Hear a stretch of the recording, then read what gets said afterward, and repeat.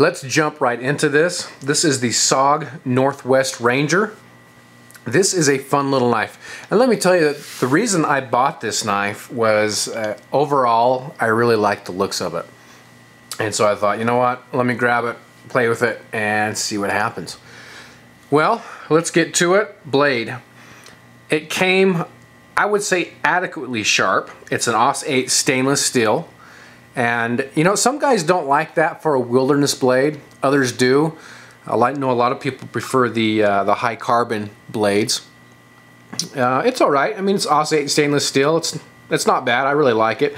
You can get a really wicked edge on this. Now, are the high carbon's gonna maybe hold an edge a little bit longer? Yeah, they probably will. Actually, they will in most cases if they're heat treated right. You can see this is the black blade that I've chosen to go with. And it works very well on a rod, a fire steel rod. Throws sparks off like no other, actually, because these corners right here are very, very sharp, and they work very well. But like I said, it came adequately sharp. Not the sharpest knife I've ever got out of box, but it was one of those that was extremely easy to touch up and put a razor edge on it. You're looking at about a 5-inch blade length and about a 3/8 kind of lead into there. And I guess while I'm talking about it, with my wilderness blades, I like a finger choil, which this obviously does not have, but there's enough. Generally speaking, when I use a finger choil, I'm in there doing some fine work. I instinctively went for a kind of a choke up grip on the finger choil there. This one doesn't have it. It does kind of have a, right here you can kind of choke up on it, but if you can see, you're getting your finger really close to that blade. So probably not advisable. That's just a personal preference for me. I like finger choils when getting up and doing some of the fine detail work. And the reason I'm talking about that is you can see my finger hangs a little bit onto that edge. But the type of work I'm doing that I prefer to do with a finger choil is very slow and controlled, and so I'm not terribly worried about it.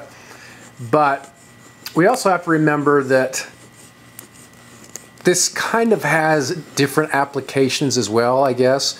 You could use this as a self-defense blade or a fighting knife, I suppose. I mean, it's not the best fighting knife in my book, but it could certainly be employed in that manner. You can see here that I do have the blackened version, and I have really used this blade, batoning, all kinds of stuff. And you can see that really it holds up quite well. Also, this is just to kind of beat up on the blade a little bit. Give it some rough use. Not a lot of wear on it. You know, it's got that, what most of us really consider the cool wear, as in the knife's been used. Clip point down here. The tip on it is, I would say, very good, because as much batoning as I have done with this and used it, it has not failed on me yet. A lot of jimping up here, and you guys know I am a fan of jimping, but I will be honest, this jimping is a little aggressive for my tastes, and I didn't think I would ever say that, because typically I like a lot of traction plans wherever I can get them. I do notice that nice aggressive jimping in the back here when putting it against the knee to use this technique of cutting. That does kind of dig into the knee a little bit. Full tang, so we've got the blade. It runs the length of the knife here, so it's going to be a very strong blade. Now moving on to the handle. This is a Craton handle, and the ergos on this are just phenomenal.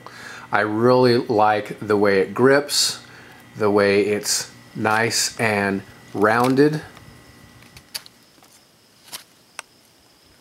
One thing I notice about this grip is because you don't have any finger grooves here, it feels good in this reverse grip.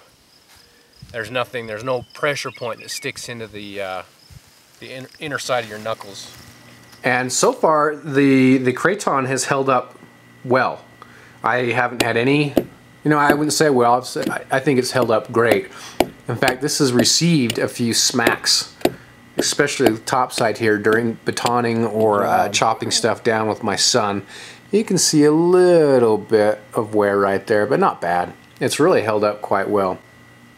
On this finger guard here, I worried about these grooves underneath being a hot spot using the blade, and over time and what I've used it for, no, I didn't notice that be an issue at all, so not a big concern of mine.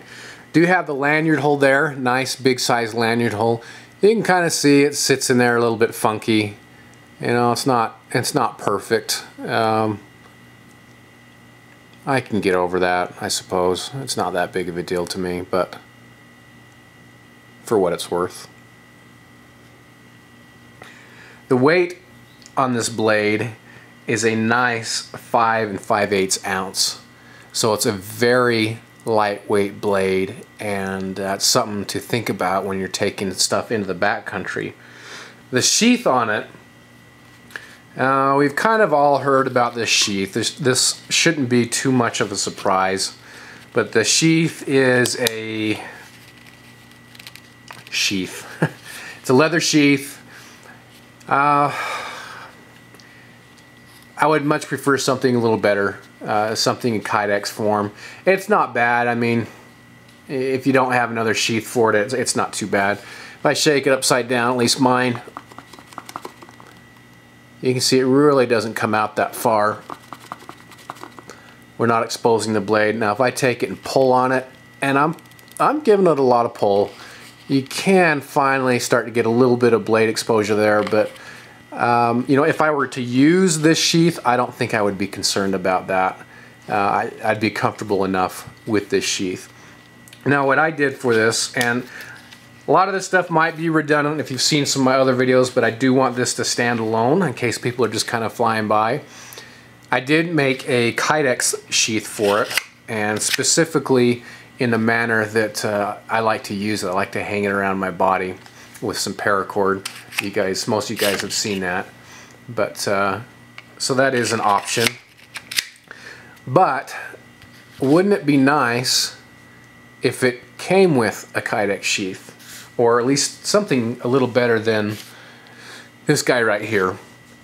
Someone did tell me though that I think one of the sheaths that SOG sells will actually fit this knife, and I can't remember. If I can find it, I'll annotate it.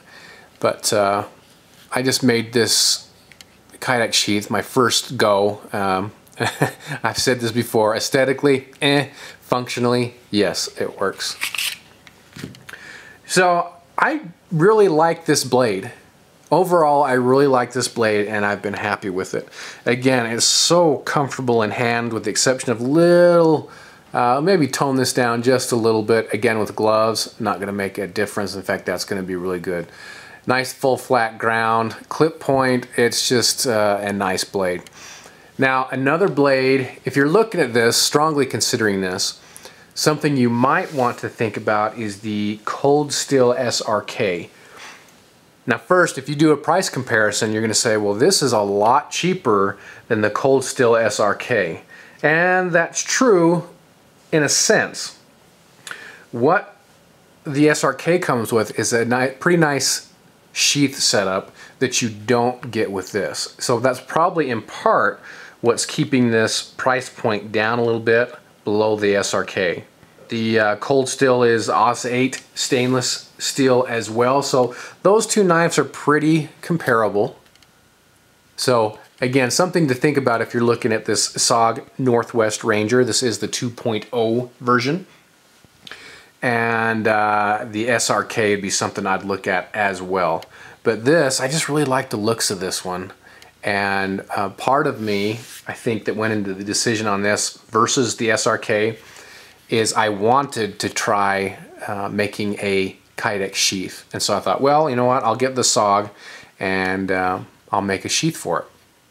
Overall, this is a great knife. The full flat grind, the ergos, and oh, one more thing before I end this video. You've seen how much I've used it. If you've been watching my videos, you've really seen how much I've used it. And just to show you, this is always hard to do on the camera with everything. So I gotta make sure I do it and not cut myself. But you can see it just pulls that hair right off. Cuts that hair right off, I guess would be a better way to say it. So yes, you can get it back to the sharpness that most of us desire and you will need when you're out there working with a blade. And that is a big factor in my book too. So not just how nice a blade is, but can I resharpen it? And guys, if I can resharpen it, you can resharpen it, trust me. So I hope you guys enjoyed the review. I'm done. Keep this one as short as possible. We'll see you guys later.